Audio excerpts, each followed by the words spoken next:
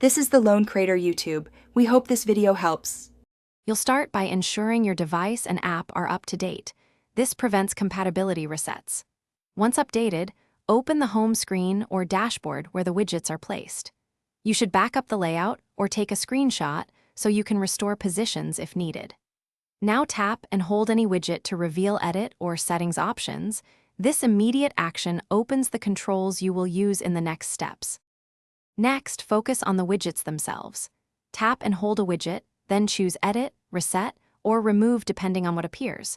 Reset clears temporary errors and often restores normal behavior.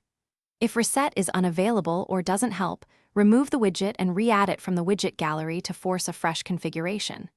Make sure to adjust size, permissions, and data source settings as you re-add. This ensures the widget can fetch content and display correctly, avoiding repeated issues. To finish, restart the device. This applies changes and clears transient glitches. Once rebooted, verify app permissions, background refresh, and network access because widgets need those to update reliably. If a widget still misbehaves, clear the app cache or reinstall the app that supplies the widget. That often removes corrupted local data. One key troubleshooting tip: if multiple widgets fail, test with a new user profile or safe mode to isolate whether the issue is. Thanks for watching. Consider subscribing if we helped you.